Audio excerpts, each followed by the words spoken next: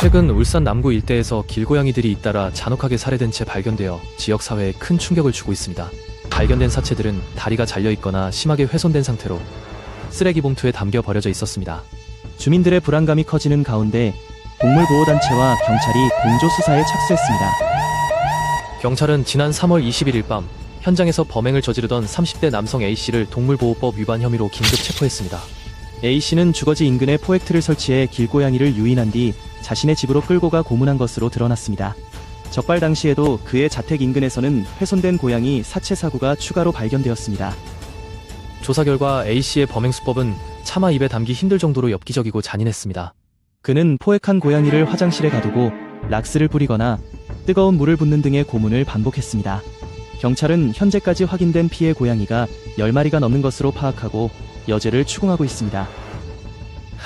가장 경악스러운 점은 범행의 동기입니다. A씨는 경찰 조사에서 고양이를 죽이니 스트레스가 풀렸다고 진술하며 자신의 행위에 대해 전혀 반성하지 않는 태도를 보였습니다. 생명을 도구화하여 자신의 감정 배출구로 삼았다는 점이 시민들의 공분을 사고 있습니다. A씨는 자신의 잔혹한 행위를 온라인 SNS와 오픈 채팅방을 통해 공유하며 과시하기까지 했습니다. 고양이를 한번 죽여보니 너무 좋았다는 식의 메시지를 남기며 범행 과정을 상세히 묘사한 것으로 밝혀졌습니다. 이는 단순한 개인의 일탈을 넘어 온라인상의 왜곡된 문화로 번지고 있습니다. 동물보호단체 라이프는 이번 사건의 심각성을 강조하며 A씨에 대한 강력한 처벌과 구속수사를 촉구하고 나섰습니다. 현행법상 동물학대에 대한 처벌이 강화되었음에도 불구하고 이처럼 잔혹한 범죄가 끊이지 않는 현실을 지적했습니다. 울산 남부경찰서는 증거물을 토대로 구체적인 사건 경위를 계속해서 파악 중입니다. 전문가들은 이번 사건에서 나타난 스트레스 해소라는 명분에 주목하고 있습니다. 이는 생명체를 자신보다 약한 존재로 규정하고 이를 파괴함으로써 권력감을 느끼려는 심리학적 기제입니다. 단순한 분노 조절 장애를 넘어선 반사회적 성격 장애의 징후로 해석될 여지가 큽니다. 과거에도 울산에서는 유사한 사건이 있었습니다. 2024년과 2025년에도 스트레스를 이유로 고양이 21마리를 살해한 20대 남성이 징역 1년 6개월의 실형을 선고받은 바 있습니다. 반복되는 이러한 비극은 우리 사회의 정신건강과 생명 존중 의식에 심각한 결함이 있음을 시사합니다. 특히 동물학대는 인간을 향한 강력 범죄의 전조 현상으로 여겨지는 경우가 많습니다.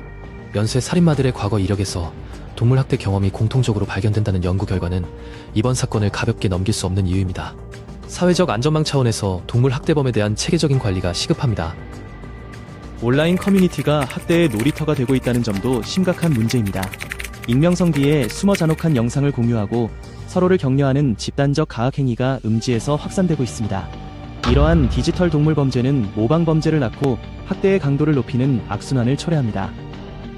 현행 동물보호법은 최대 3년 이하의 징역형을 규정하고 있지만 실제로 실형이 선고되는 경우는 드뭅니다. 법원이 동물을 물건이 아닌 생명으로 온전히 인정하기 시작했으나 양형 기준은 여전히 국민의 법 감정을 따라가지 못하고 있습니다.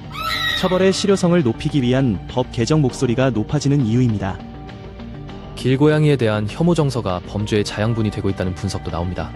일부 커뮤니티에서 길고양이를 유해 동물로 규정하며 공격성을 정당화하는 분위기가 범죄자들에게 일종의 면죄부를 주고 있습니다.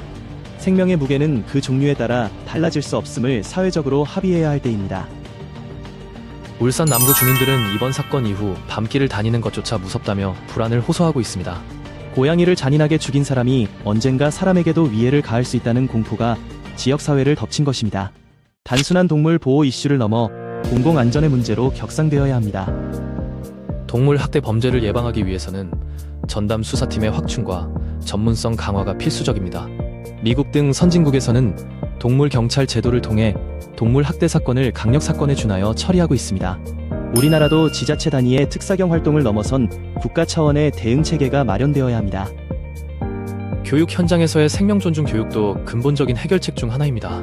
어린 시절부터 모든 생명의 소중함을 체득하고 공감 능력을 기르는 과정이 범죄 예방의 첫걸음입니다. 타자의 고통에 공감하지 못하는 사회는 결국 모두에게 위험한 공간이 될 수밖에 없습니다. 온라인 플랫폼 기업들의 사회적 책임도 피할 수 없습니다. 학대 영상이 유통되는 것을 실시간으로 모니터링하고 가해자의 계정을 영구 정지하는 등 강력한 자정작용이 필요합니다.